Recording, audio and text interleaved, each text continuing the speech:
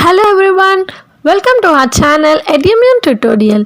Today we are going to start chapter 3 Network Layer. The topics are as follows: Network Layer Designs, Routing Algorithms, Congestion Control Algorithms, Network Layer, IP Protocols, IP Address, Subnets and Internet Working.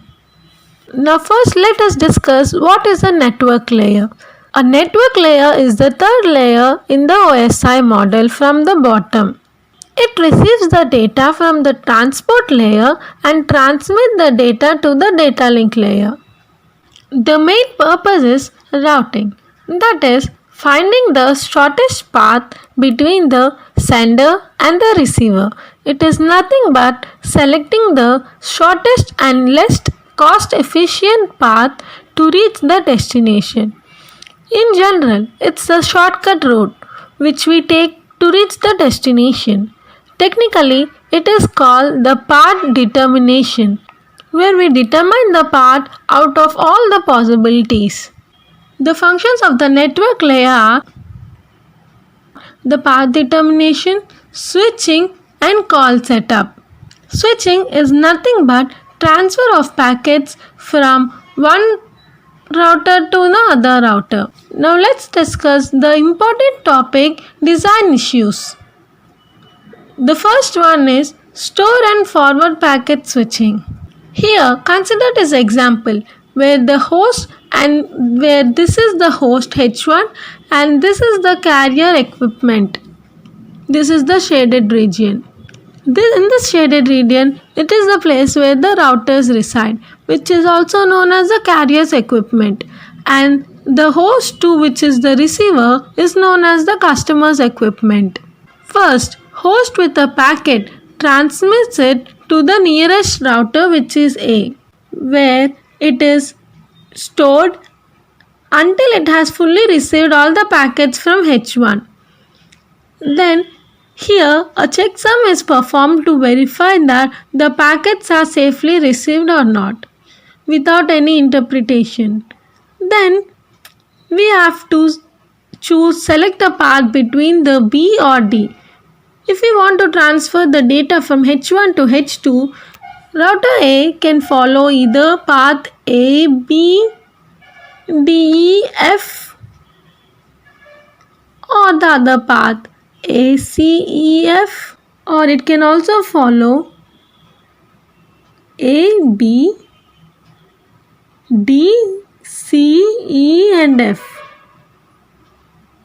These are the three possibility paths. These are not only the three, we can even form a number of possibility paths like A, C, D, E, F. Now the router A have to choose one of the possibility paths from these four. Here, for example, if A selects ACEF, which is the shortest route out of all, then the packet 1 transmits through this path and reaches the destination. This mechanism is known as stored and forward packet switching, as we are storing the data at each and every router and then switching, which is forwarding it to the next router. Now let's see the services provided to the transport layer. To solve the transport layer issues, network layer have to be designed with the following goals. First one, service should be independent of the router's technology. And then the transport layer should not shield the number, type and topology of the routers present. Then there should be uniform numbering of the addresses. For example, if you are traveling in a busy road, so you decided to take a shortcut, but even that way is jammed. So then what you will do? You will simply take another way.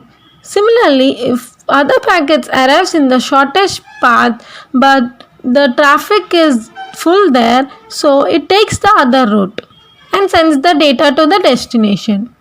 But we can send the data in two ways, either through connection oriented or through connectionless services.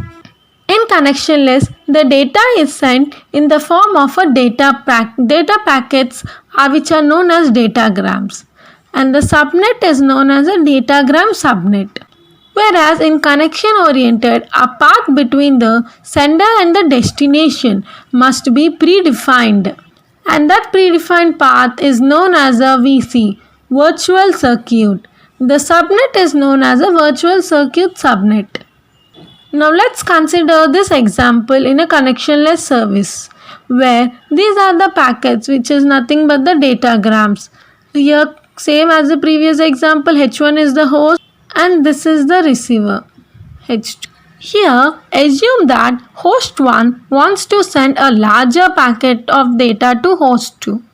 As the packet size is large, it will break up into 4 small packets, 1, 2 and 3 and 4.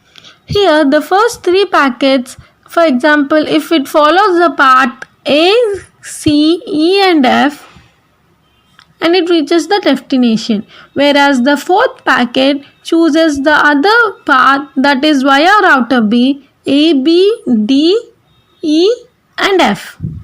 As there is a traffic jam in this path, so the packet 4 chooses the other path. We can represent this transmission using a table, and this table, the algorithm which manages this table is known as a routing algorithm. Here these are the destination nodes and this is the line via through which it is transferring. For example, this is the tables A's table, router A's table. You can see that router A has only 2 adjacent or neighboring nodes, which is B and C. Each router has this table. Now let's see router A's table. A has 2 adjacent routers B and C, where D receives the data from via line B and E receives the data via line C and F receives via line C. Similarly, all the routers have their individual tables, which shows us like through which node the data is receiving. Next comes the connection oriented services. This uses VC, virtual circuit. The idea here is to avoid multiple paths, as in the previous case. Here it uses only unlike in the previous case, here it uses only a one predefined path which all the packets must have to follow. And here each packet carries an identifier which tells to which virtual circuit it belongs to. Now let's consider the same previous example, where you can see all the 4 data packets are following a single path, that is from A, C, E and F.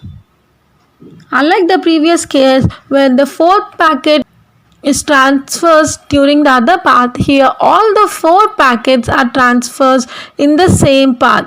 All the 4 packets follows the same path. Now the table here of A router is as follows. The router A has 2 hosts, H1 and H3. So we have to represent those 3, H1 and H3. And A is transmitting to node C. So node C is written here. Then whereas C's table, the first block mentions about the input and the next block about the output. So C's input is from A. So it is mentioned here, and the C is sending the output to E, so output is written here. Whereas the table for E is it's receiving the input from router C, and whereas transmitting the data to router F. So this is the table with respect to VC.